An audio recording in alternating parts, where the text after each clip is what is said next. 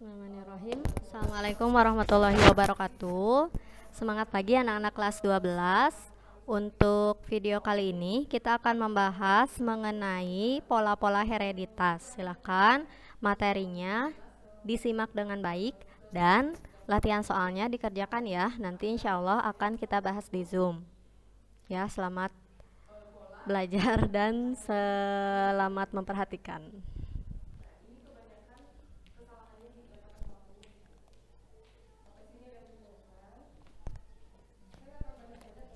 Ya, baik. Jadi kali ini kita akan membahas mengenai pola-pola hereditas.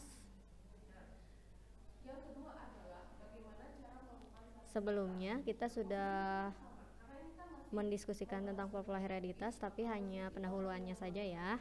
Jadi bahasan di dalam bab ini itu adalah ada gen bebas, kemudian ada pautan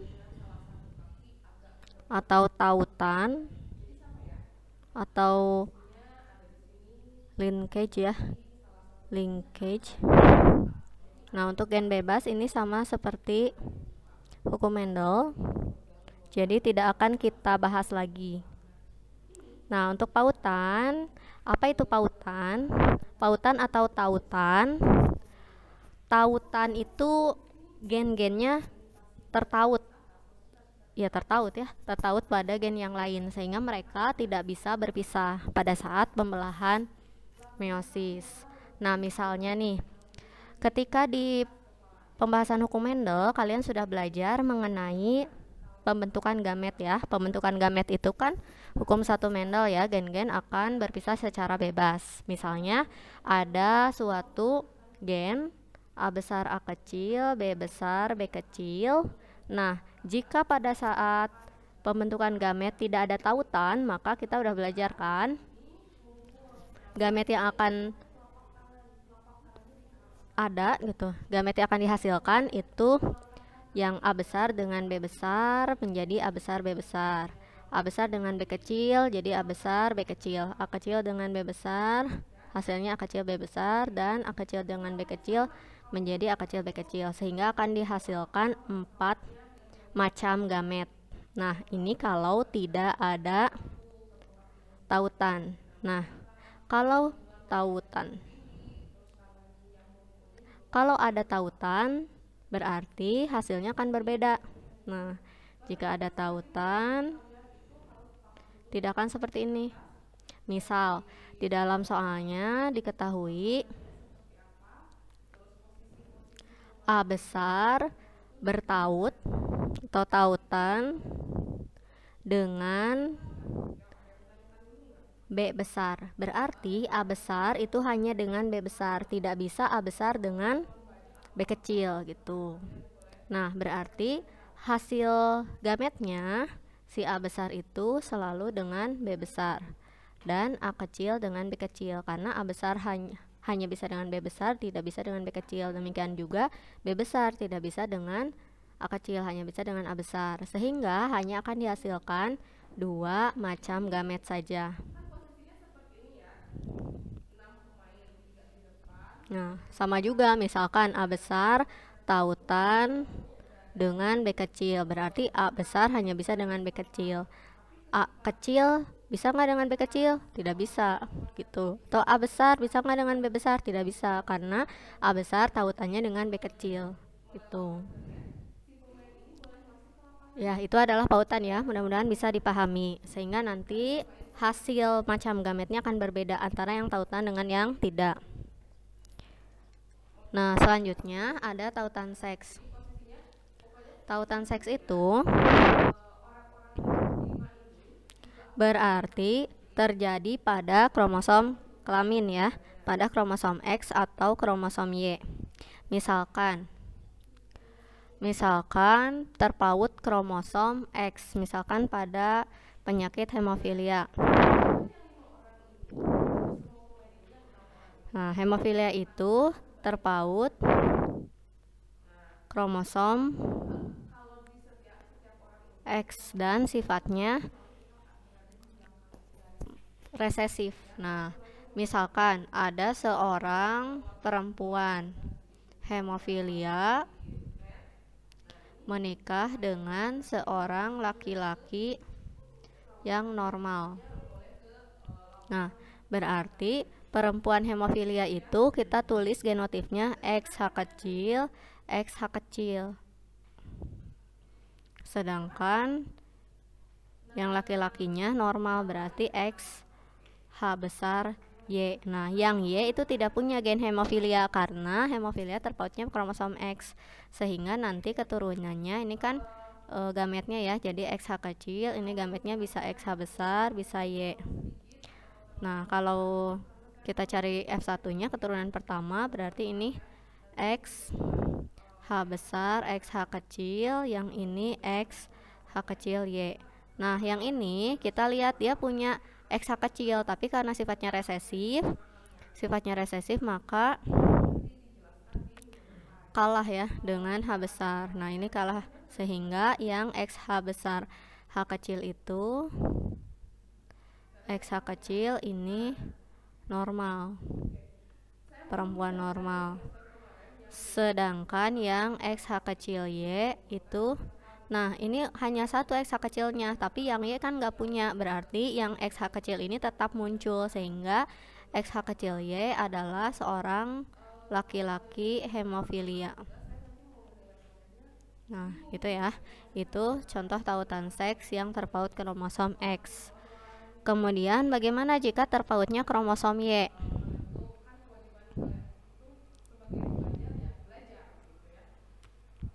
Misal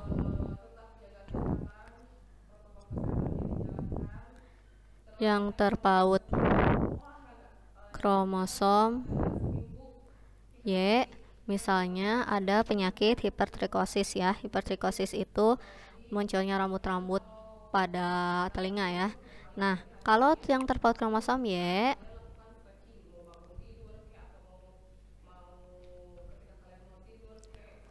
nah berarti kira-kira siapa yang bisa menderita penyakit yang terpaut kromosom Y? Nah, pasti hanya terjadi pada laki-laki, karena kalau perempuan dia tidak punya kromosom Y.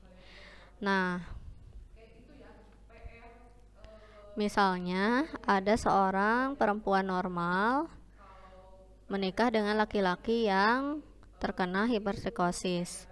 Nah, berarti nanti keturunannya perempuan yang normal dan laki-laki yang terkena hipertrikosis juga gitu.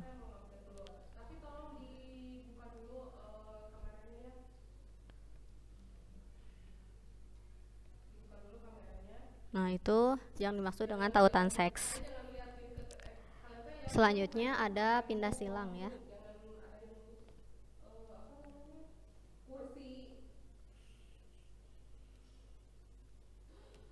Nah, untuk pindah silang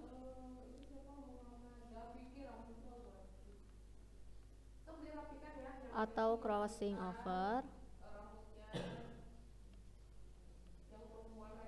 pindah silang atau crossing over ini kita sudah bahas, dia terjadi pada meiosis 1.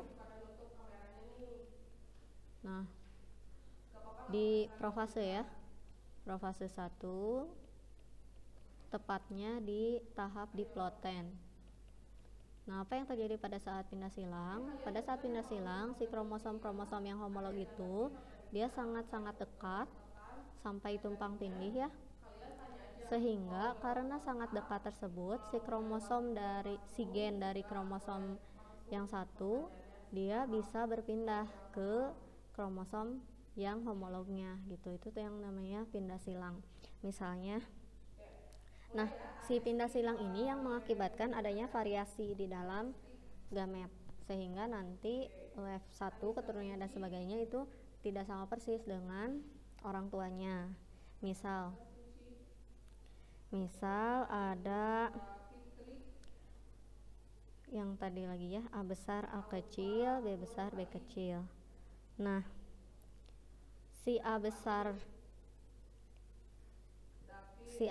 ini karena adanya pindah silang tidak hanya bisa dengan B besar, tapi juga dengan B kecil. A kecil juga bisa dengan B besar dan dengan B kecil. Nah, itu yang menyebabkan si gamet jadi bermacam-macam variasinya gitu.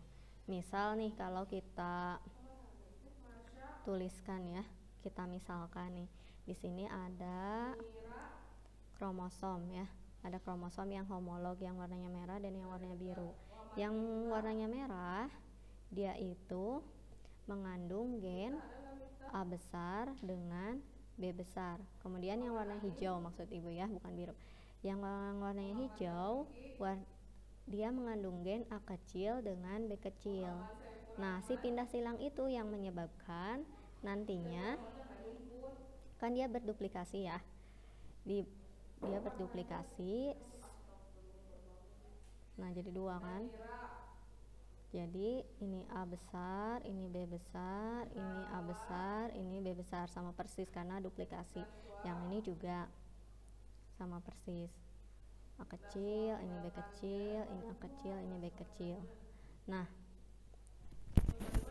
yang ini dengan yang ini itu kan bukan chromatid sister, maksudnya mereka tidak satu kromosom ya. Kalau yang ini dengan yang ini mereka juga tidak satu kromosom. Kalau yang ini dengan yang ini kan mereka satu kromosom. Istilahnya misalkan yang ini dengan yang ini gitu ya, sister kromosom. Kalau yang ini dengan yang ini itu berbeda, beda kromosom. Nah, kemudian kan mereka itu tumpang tindih ya, jadi bisa kita gambarkan seperti ini. Yang ini terus yang ini ke sini, ini kan A, ini B, kemudian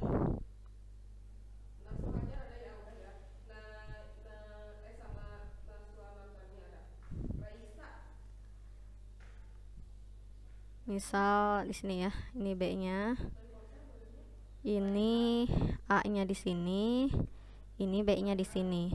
Kemudian yang bawahnya yang warna hijau ya, yang kromosom homolognya, dia juga tumpang tindih kan. Nah, gitu. Ini A kecil di sini, ini B kecil di sini. Kemudian kalau yang ini kan enggak, yang ininya ya. Kalau kalian bingung, kalian bayangkan aja posisinya tuh gini nih, si kromosomnya. Nah, dia tumpang tindih begini. Nah, gitu.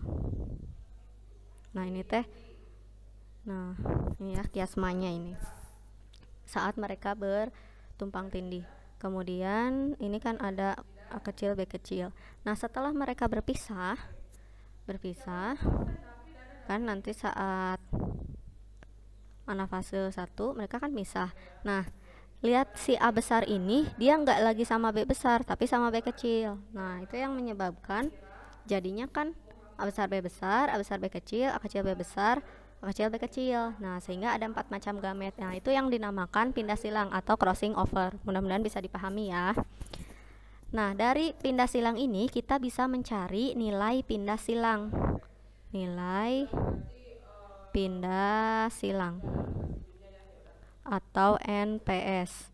Nah, nilai pindah silang itu dilihat dari keturunannya. Apakah keturunannya itu tipenya itu rekombinan atau kombinasi parental. Nah, kombinasi parental itu berarti yang sama dengan ini, yang sama dengan induknya. Sedangkan rekombinan itu variasi yang berbeda. Jadi kalau kita tulis dalam bentuk rumus ya, nilai pindah silang itu NPS sama dengan jumlah rekombinan dan dibagi jumlah seluruh individu. Jumlah keturunannya ya. Keturunannya, atau bisa kita tulis juga kan jumlah keturunan itu berarti jumlah rekombinan ditambah jumlah kombinasi parental ya, yang sama dengan induk. Kombinasi parental tambah rekombinan. Nah, dikali 100%. Nah, ini rumusnya nilai pindah silang. Gimana contohnya? Contoh kesini ya, ke bawah. Contohnya atau yang baru ya silahkan di screenshot dulu ya. 1, 2, 3. Oke, contohnya nih. Contoh misal pada Drosophila ya, bahasa Sunda itu rametuk, tahu itu tuh lalat buah ya, Drosophila melanogaster. Misalnya ada